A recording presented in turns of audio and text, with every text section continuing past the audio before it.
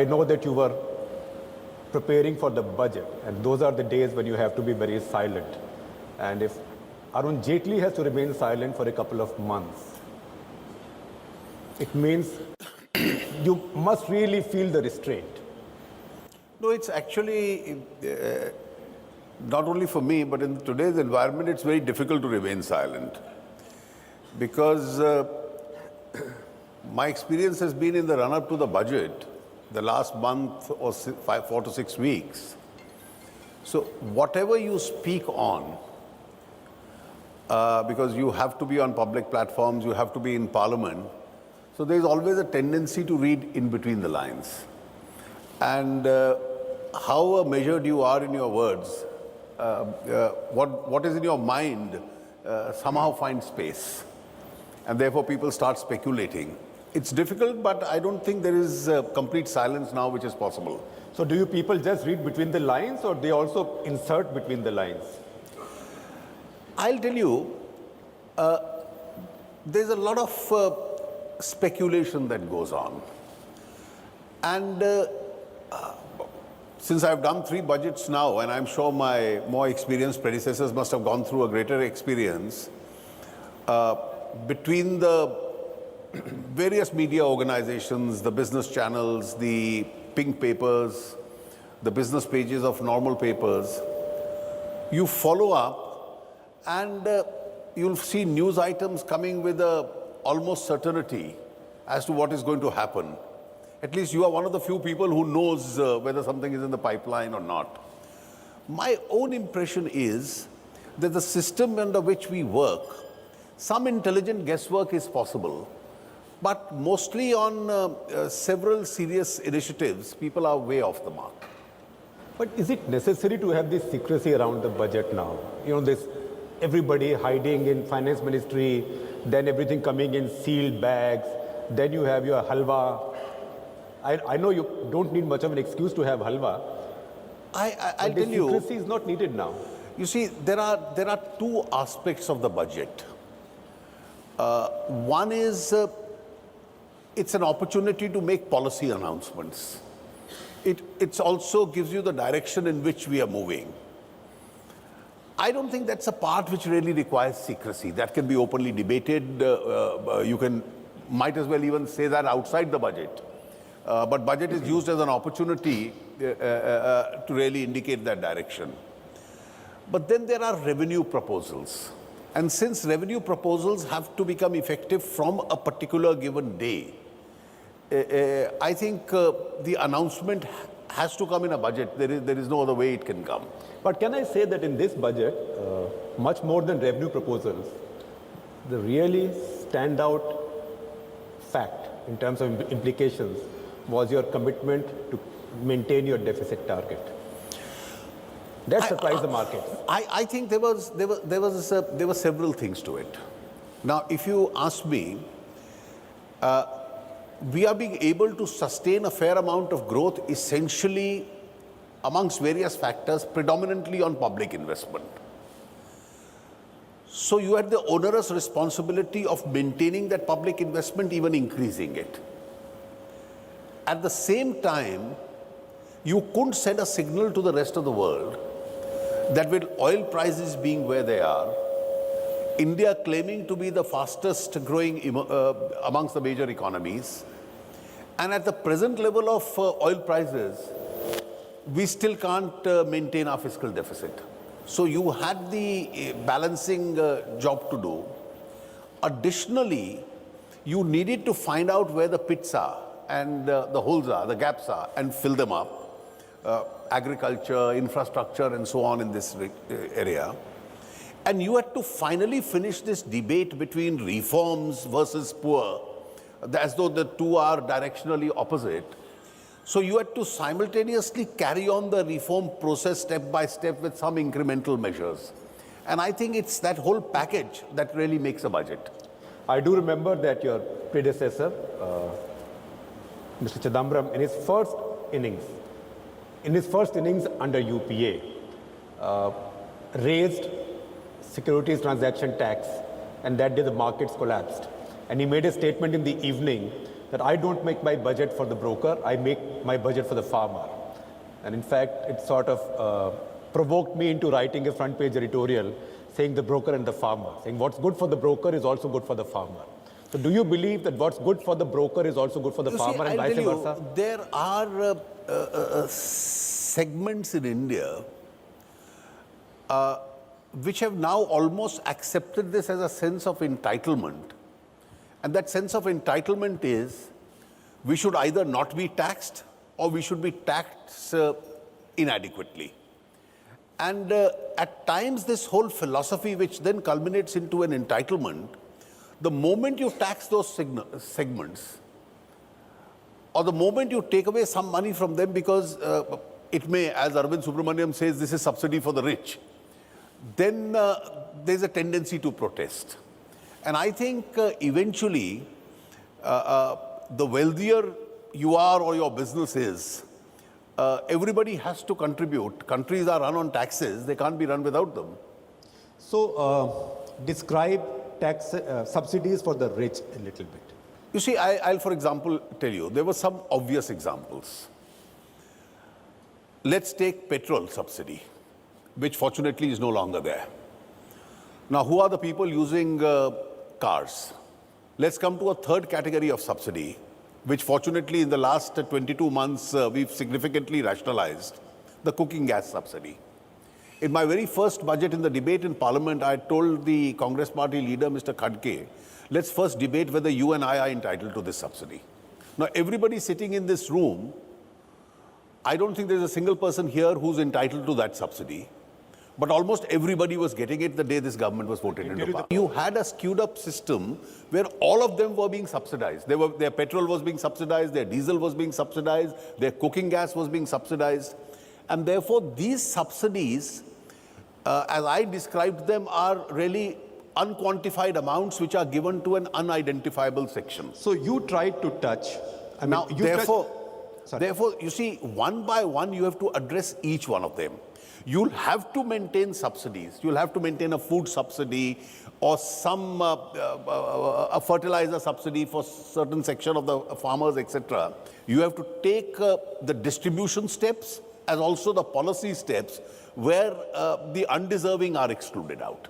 So you moved into many areas bravely, I have to say that, because reform is not just making giving these guys giveaways. Reform is also taking away some giveaways from undeserving ones.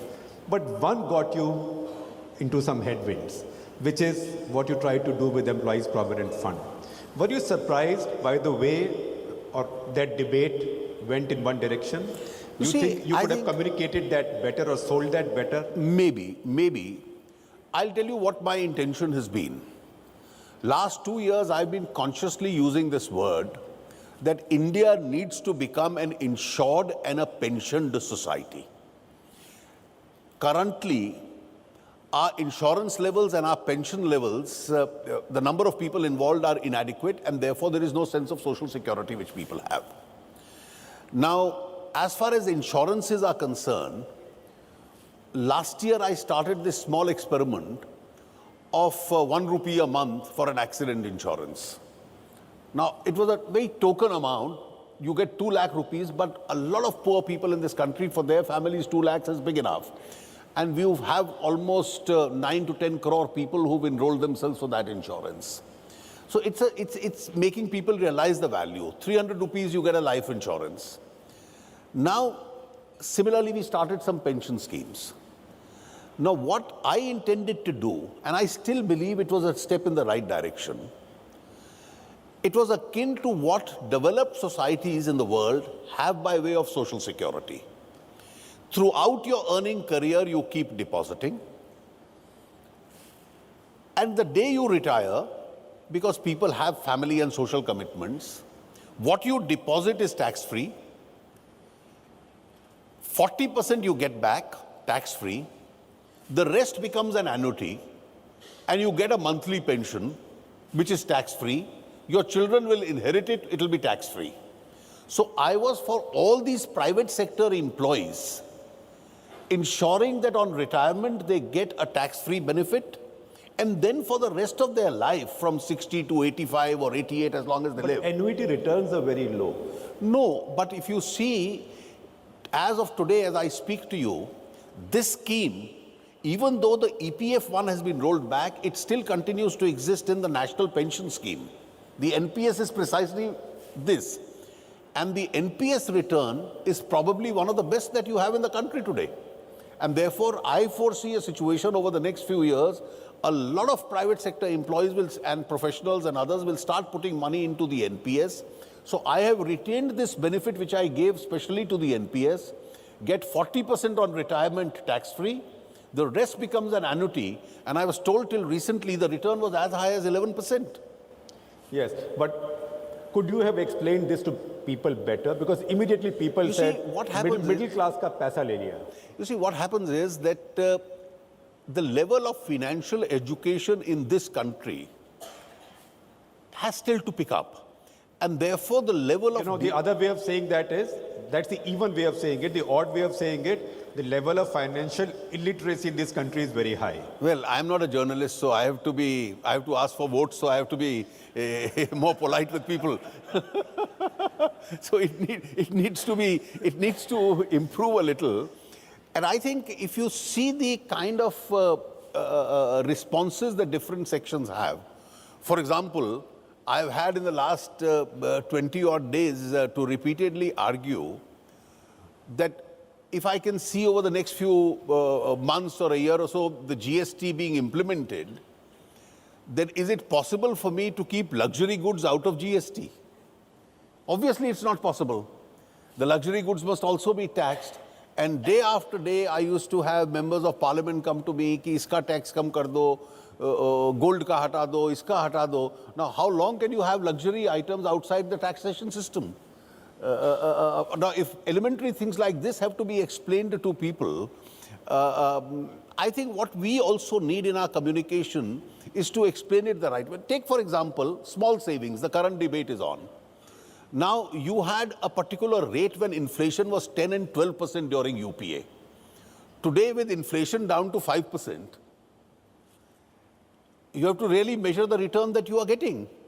And what is the return you are getting today? 8.1% tax-free, which is as good as 11 to 12% return.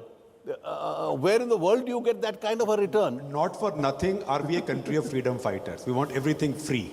So we want government to give 8.5% tax-free on our savings. And when we build a house, we want government to give us loans at 5%. You see, if you see the spiral effect of this, these are now market-determined rates. So between the day I presented the budget and because of this 3.5 fiscal deficit and all the steps we've taken, the interest that the government pays for the G-Secs, bond yields have come down. They have come down.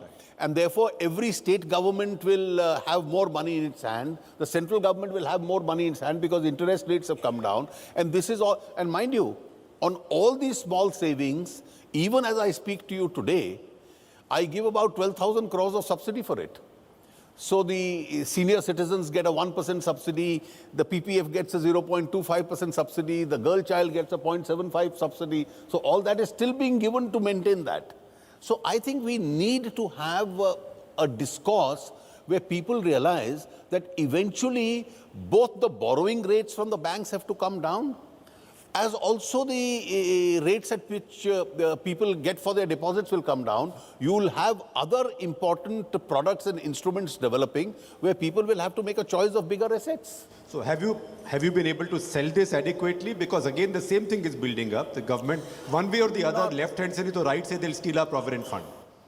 You see, I'll tell you, I think there is a need to participate in this debate. And I have a feeling that at the end of the day, if it's the right economic policy, that in India has to be an economy with much lesser burden of interest rates. We can't have where the cost of capital is so high that doing business becomes impossible, building a house becomes impossible, buying a car becomes impossible, financing an education becomes impossible if the interest rates are so high. Now, all these are interlinked, and therefore, if in the kind of language which ordinary citizens understand, and more important, the kind of language that politicians understand. Arun, a trick question. 7.5% growth, a little bit more now projected. If I ask for a show of hands and I ask you to close your eyes, because everybody in Bombay is scared of politicians, so they will not speak the truth if your eyes are open. But if you were not looking and I said, how many think does it feel like 7.5% growth? I think 90% would say at least And there's a good reason for that it. it doesn't feel like 7.5%. This 7.5% growth rate, what is it being sustained on? It's being sustained predominantly on three factors. It's being sustained on much higher public spendings, much higher foreign direct investment, and a significant amount of improvement in urban demand. If we've had good rural monsoons, rural demand would have also picked up. That's impact on industrial balance sheets, etc., would have picked up. You see, what has happened is that your sample audience here is the private sector. Now, India's private sector had overstretched itself. It's built surplus capacities, it's taken huge amounts of money from financial institutions and banks. It's now busy servicing. Many of them are unable to service those amounts. And therefore, their contribution in this is not what it really should have been. The private sector has actually normally leads the government. But in more challenging times, the public investment has to come up in front and lead the entire process. And therefore, since everybody has his own issues in their sectors, etc., some of which we are now trying to address, and I don't necessarily take an adversarial position with the private sector because I quite understand the cycles which they are going through. They may not have the same feel. But you also have this panoply of horrible three-letter words: CAG, CBI, CVC, etc., etc., etc. You see, I'm not counting RBI. This city is ruled by RBI. This district is ruled by RBI, BKC. But are we going to see a large-scale criminalization of bad debt? you see, the bad debt or the NPAs that you speak about, I analyze it and divide it broadly in two categories. The first category are those which are essentially on account of the business cycles. And therefore, there is no element of, let's say, any kind of misdemeanor or dishonesty involved. There are some industries which have done badly. Chinese sending steel to all over the world, including India, at much below the cost price. So our companies were not being able to sell. Now, regrettably, when this was happening, the governments were not addressing this problem. Last 6 to 8 months, we've addressed it in a big way. We've imposed various kinds of, slightly increased the customs duty, also imposed other duties, etc. They rode the prices further. And now we've put a minimum import price. Today, I think we have broadly come to a position that there is a level playing field with the kind of three measures which we have taken between the Chinese steel and the Indian steel. In the process, you've made industry that uses steel uncompetitive. No, it's not become automobiles, for example. There is a slight transfer of burden. There is a slight but don't forget, the European Union is planning to do the same. The Americans have imposed an exorbitant duty on the Chinese steel, several times more than what we've done. So the entire world is doing that. And if you had not done anything, then you would probably have this NPAs, a very large core industry in India closing down and being unable to service. You had companies like Tata Steel running into problem. You had the Steel Authority running into problem. Forget the newer players who've entered. Now, if these companies run into difficulty, the government can't sit helplessly.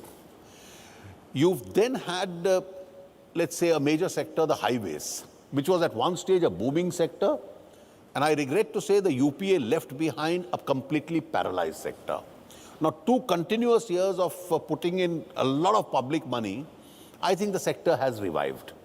And therefore, what the chief economic advisor in the economic survey called the twin balance sheet problem, So slowly the impact of the highway is developing. Twin balance sheet problem, I know The audience here knows it, but it basically means that Then your company's balance sheets are bad. Sheet is weak, and Your lender's balance sheet is sectoral bad. balance sheets of the company are bad, and that transfers itself into an NPA as far as the banks are concerned. So the banks do badly because the people they've lent to are doing badly. Then you come to a sector, let's say, as I mentioned, the highways had this problem. The third area which is very serious was power. The problem of power which has been left unaddressed, and that's a problem really not attributable so much to the private sector, but to the state governments. You are producing more power, you have a grid which distributes more power, but some state governments decided not to charge for that power or charge inadequately for that power. And who will fund it? Not the state budget, but just keep indiscriminately taking loans from public sector banks. And therefore, you have 70,000 crores owed by Rajasthan's, huge amount by UP, Haryana, Tamil Nadu, and almost 15 state electricity boards are owing the money. And so we came out with this whole Uday scheme, in which the state governments have been told to take over the bank debt, or 3/4 of it. They've been told to issue bonds to the banks. And I think that problem now... But Arun, there also, these were 12% loans, which are now being restructured with 8.5% bonds. So basically, we are still borrowing from our children. No, you are absolutely right, because the situation had become almost irremediable. When Mr. Gehlot became the Chief Minister of Rajasthan, Rajasthan Electricity Board had 15,000 crores of debt. The day he relinquished office after 5 years, he left behind a 70,000 crore debt. So he left the highest debt in history and got the lowest number of seats in history. So the two were not even linked to each other. So giving cheap power didn't get him votes either. But in the process, the banks were going put because the banks, somebody had to pay the banks. And therefore, you've now started addressing these problems. Now, there are textile, for instance, has a fair amount of NPAs. Infrastructure projects, because many of them are locked up in various disputes. So that's another issue which we've been addressing. Now, sectors which are doing badly, and therefore NPAs increased because of that business economic cycle, I think is more attributable to the economy. There is a second category of cases. And that second category of cases is loans given, inadequate securities taken. The businesses, I don't know whether people initially intended to repay them back or not repay them back, and suddenly there is very little chance of their recovery. Now, I think it is these categories of cases which, from an ethical point of view, presents a serious challenge. Let's speak the M word then, Mr. Malia. You see, I really don't want to get it because, these are issues pending in different courts, and it'll be between him and the banks, and I don't want to join this whole debate of sensationalizing around an individual. But all I can tell you is he's not only brought himself a bad name, he's brought a terrible name to India's private sector. He's given them a bad name, and the faster he settles, the better it is for him and for India's private sector. Otherwise, for people to start, banks and others to start trusting leaders of industry and well-known leaders, names in the industry itself will become difficult. I know that you don't want to go too much into this, but the fact also is that the public opinion right now is in a very abrasive stage. People want somebody punished, and there are dangers in criminalizing many of these things because it might lead to a situation of na khuda hi mila na visale sanam. You may lose the money and you may not get the man back. You see, every NPA, as I said, is not necessarily a criminal law violation. Where you had no intention of paying it in the first instance, where you fabricated documents or where you've diverted money, I think some criminal law can come in. But every NPA per se may not have that same problem. But the whole objective is that there has to be an honest intent that this is public money which is to be paid back. You can't have a situation where 20 people are holding up so much money belonging to the banking system that they are preventing the banks from lending to 20,000 others. And that's the position at which we stand today. And therefore, these 20 people who are holding on to this money have to take bona fide and honest steps in order to see that an exit takes place. And frankly, let me tell you, Shekhar, and here I make a political point. You are a student of this subject.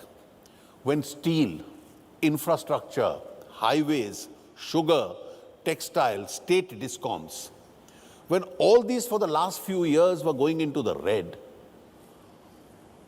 the policy paralysis was such that can you, and it's your job to ask question, but here I'm asking you, do you remember a single step that the UPA government took in relation to any of these sectors? No, most certainly not. In fact, You see, if we can't recollect, therefore those sectoral problems have to be rectified. Now, additionally, even in your infrastructure setup, you need a dispute resolution mechanism where, you see, as you mentioned CAG and CBI, where without fear of CAG and CBI, you can quickly negotiate. I have in this budget announced that resolution of disputes relating to public contracts, I'll now have a legislative banking. We didn't have a bankruptcy law. Now, I've for the first time been working on it, and now I introduced it in December in Parliament. We are now in March. And the committee is doing its final reading. In the next few days, I'm expecting the report of the committee. In the second part of the budget session, I'll probably take that law up for consideration. And you seriously need an early exit law as far as India is concerned. Can I follow up with a loaded and a leading question? Will you then, since you said this is primarily a private sector audience, and we are sitting in the heart of India's financial district, will you say, advise, appeal, you can choose your word, you're a lawyer, industry chambers, CII, FICCI, SOCHM, whoever, to ask someone like Mr. Malia to come back and settle. Come back, be honest, look his bankers in the eye and settle and not give them all a bad name, because you said that he's given India's private entrepreneurs a bad name. You see, I think it's stating the obvious. You can't have such cases where the money belonging to the banking system just disappears and you pretend to be ignorant about this. And therefore, I think these are efforts. After all, there are other people also I can see in the industry who have pressures of high loans. They are selling off assets. They are hiving off businesses to other people. They are trying to bring in partners. Now, that's what the various guidelines... Even though some of them were listed among the richest people in India. That's all right. Go times. You see, if a particular business is doing badly, either you run it yourself or you bring a partner to bring in more money so that you liquidate your debt. You make your group a little smaller so that it becomes relatively a more affordable group. You have leading groups in India which are today negotiating with banks to bring down their debt levels. So I must say this whole pressure that the Reserve Bank has put on the banking system and the banks are putting on these people, I think this is a silver lining itself. It's a positive development and people are doing this. Now, here you can't be seen just being indifferent to the whole issue that it's no longer my responsibility. I think a responsible businesses of any kind, I don't know what the gentleman you name, his policy in this is going to be, so I won't make a final comment on it, but anybody in that position has to really seriously negotiate with the banks and come to a solution. That's what the chairperson of State Bank said, that come back, state your assets under oath and settle with us. Obviously, that's any honorable man would do. And not coming back will be not honorable, obviously. I'm stating the obvious. It's quite obvious. But how long can you lead a life like this?